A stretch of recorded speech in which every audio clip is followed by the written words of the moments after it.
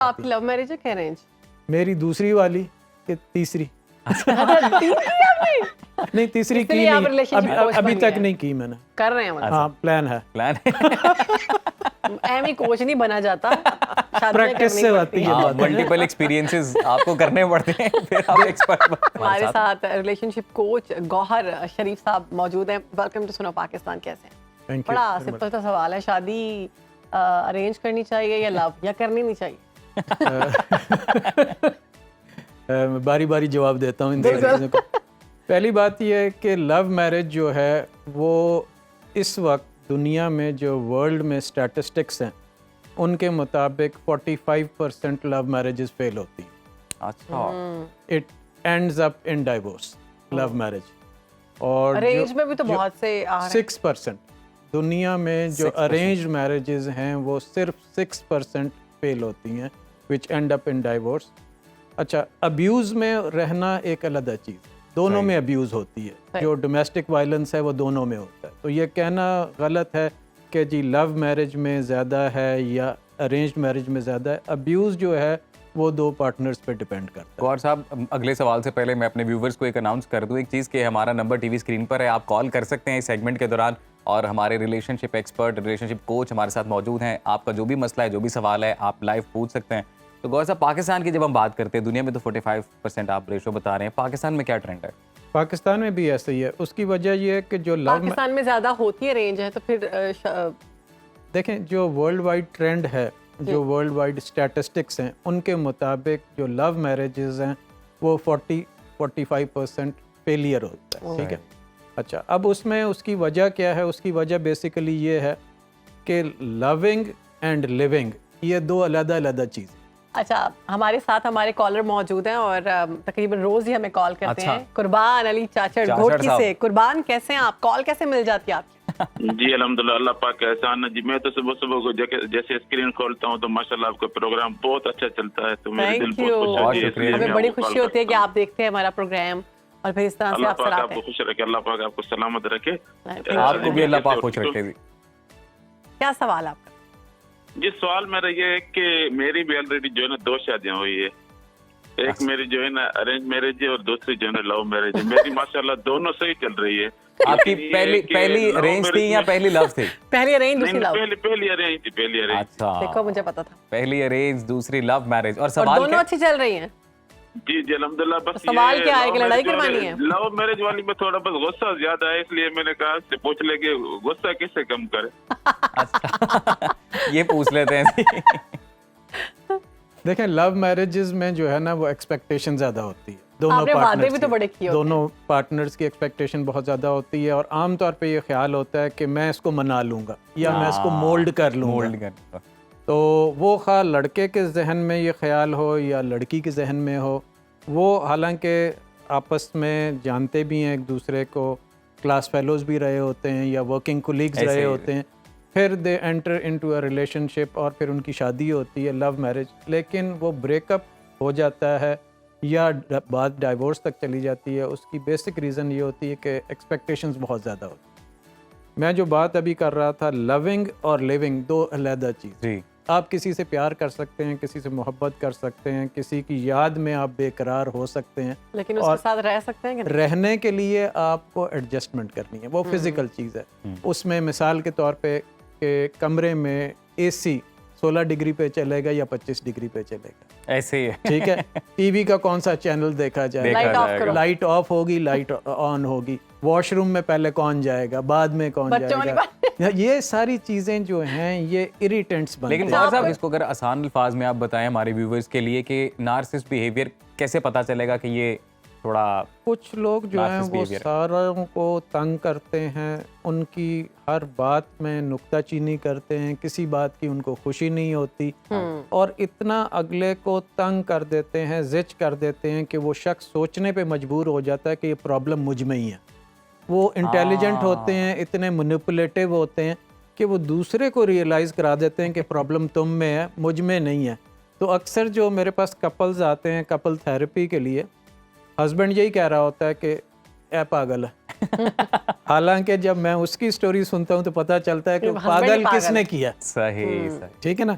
मैं मतलब बहुत ज्यादा नुक्ताचीनी नहीं करनी चाहिए कि जी और आम तौर पे स्पेस जब देनी चाहिए जी रिलेशनशिप बिल्कुल, में। और ख़ास तौर पे जब कोई खातून ज़्यादा एजिटेटेड हो या गुस्से की हालत में हो तो उसकी बात सुननी चाहिए। सही।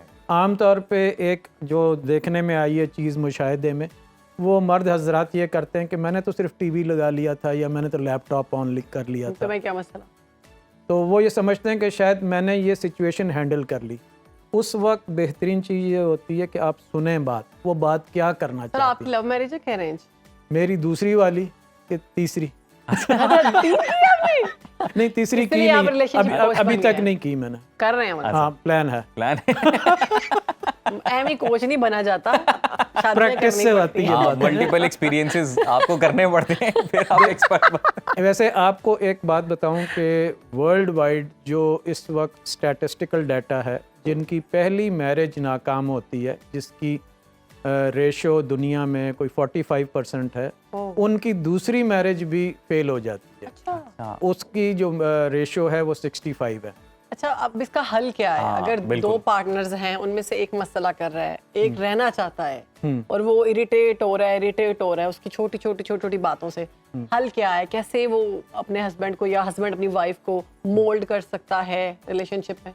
देखें, बात ये है कि क्या चीज़ इम्पोर्टेंट है, पीस ऑफ माइंड इम्पोर्टेंट है या वो जो सामने टेबल पड़ी है या कोई चीज़ पड़ी है जिसके ऊपर इशू बना हुआ है, ठीक है ना। आम तौर पे ये होता है कि ये यहाँ क्यों रख दिया, वहाँ क्यों रख दिया, बच्चों ने कमरे में गंद क्यों कर दिया, वो क्या उनके टॉयज़ हैं, वो वहाँ नहीं रखेंगे तो कहाँ रखेंगे, ऐसे या रास्ते में कोई चीज़ पड़ी हुई है।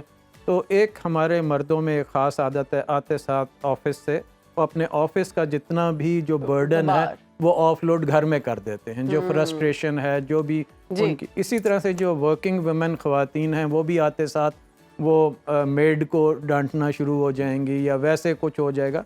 भाई, जब आप ऑफिस से घर के लिए निकलें तो रास्ते में अपने आप को मेलो डाउन करें, काम करें।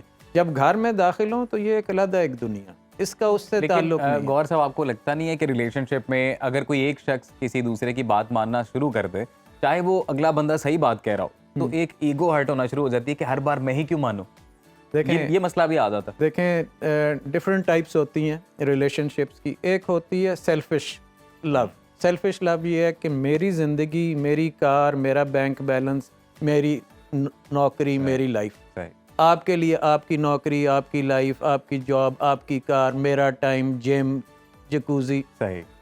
तो वो 2 इंडिविजुअल्स एक छत के नीचे रह रहे होते हैं और बस वो रह रहे होते हैं, ठीक है।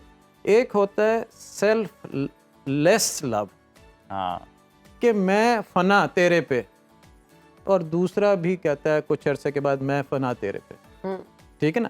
और ये आमतौर पे पीरियड होता है तकरीबन 3 से 4 महीने का, जब you go out of the way और आप अगले के लिए सब कुछ निछावर कर देते हैं। और अगर 3-4 महीने के बाद आपको लगता है कि मेरे इस करने का कोई फायदा नहीं, तो वो फिर बंदा बंदे का पुत्र नहीं है। तो फिर और वो शादी उस के तरह का ज्यादातर है। ये जो 3-4 महीने गुजारे जाते हैं, स्टार्ट में ही होते हैं। जी बिल्कुल कि ऐसा ही है। आप मानते हो, आप थोड़ा बर्दाश्त करते हो। और फैमिलीज का क्या किरदार है? फैमिलीज भी सिर्फ पार्टनर्स के अलावा फैमिलीज में बड़ा किरदार अदा करी है। जो मदर इन लॉ है ना, जो इसको आमतौर पे मदर इन लॉ कहा जाता है, वो मदर इन लॉ कम और आउट लॉ ज़्यादा होती है।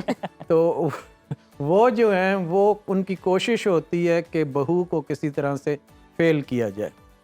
उन्होंने वो जो सारी चीज़ें 60 साल की उम्र में जाके सीखी हैं, वो चाहती हैं कि जो बहू आई है वो पहले दिन वो सब कुछ कर सके, मतलब बिरयानी भी उनके मुताबिक बना सके, घर में चीज़ें भी उनके मुताबिक रख सके, घर में और भी जो उनका रस्म व रिवाज है वो सारी जो रिवायतें हैं वो उसी तरह से खुश असलूबी से निभा सके।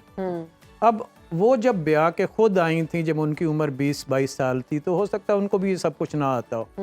तो चूँकि टॉलरेंस नहीं है, बर्दाश्त नहीं है, तो वो कोशिश ये होती है प्रूव करना कि ये पढ़ी लिखी ज़्यादा है या ये हाउस वाइफ नहीं है, वर्किंग वुमन है, इसलिए इसको कुछ नहीं आता। मुआशरा भी तो चेंज हो चुका है ना, वक्त भी बदल बहुत चुका ज़्यादा है। आप तब्दीली भी आ चुकी है। आपके 20 साल पहले की सिचुएशन और थी, 20 साल बाद जो आपकी बहू आई है वो किसी और ब्रॉट अप में पली है, ये एक्सेप्ट करने की बात। एग्जैक्टली।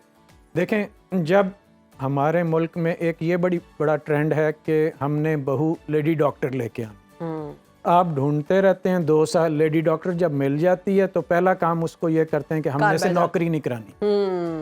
अब वो जो खातून है, वो जो लड़की है जिसने 5 साल पहले FSC के बाद इतनी मेहनत की और पढ़ा और उसके बाद वो MBBS करके निकली किसी मेडिकल कॉलेज से, अब आपने उसको घर में कन्फाइन कर दिया और कहा कि तुमने जॉब नहीं करनी। खा वो किचन मैनेज कर रही है या मेड को मैनेज कर रही है या घर को मैनेज कर रही है, उसने अब एक 4 दीवारी में गुजारना है वक्त, और वो जो उसको सेंस ऑफ अचीवमेंट थी वो नहीं रही। उसको लगता है कि मेरी कोई वक़्त नहीं। हर वक्त बाखबर रहना वक्त का तकाजा है, बर वक्त बाखबर रखना हमारा फरीजा है। अभी सुनो न्यूज़ के YouTube चैनल को करें सब्सक्राइब, बेल आइकन पर करें क्लिक और मुल्की और गैर मुल्की खबरों से रहें बाखबर, यकीन के साथ।